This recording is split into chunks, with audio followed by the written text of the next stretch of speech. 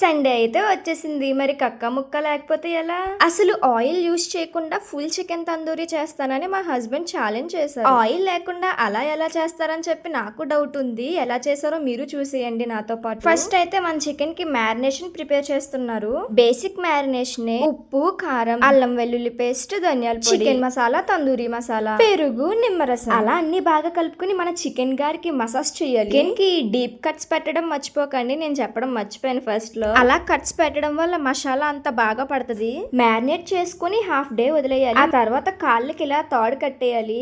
మనం కుకింగ్ చేసుకునేటప్పుడు మన మీదకి ఎగరకుండా. సరే అంతా బానే ఉంది. ఆయిల్ యూస్ చేయలేదు. ఇప్పుడు దీన్ని ఎలా చేస్తారు అని అనుకున్నాం కదా, ఎయిర్ ఫ్రైయర్ లో చేస్తున్నారండి. ఇది ఫ్రై అవ్వడానికి 160 degrees పెట్టుకోవాలి. ఒక సైడ్ 40 minutes అయిపోయాక, అది అయిపోయాక ఇంకో సైడ్ 20 minutes ఉంచాలి. అంతేనండి, మన ఫుల్ చికెన్ తందూరి చాలా ఈజీగా అయిపోతుంది ఆయిల్ లేకుండా. టేస్ట్ అయితే సూపర్ వచ్చింది. మీరు కూడా ట్రై చేసి ఎలా ఉందో కమెంట్ చేయండి.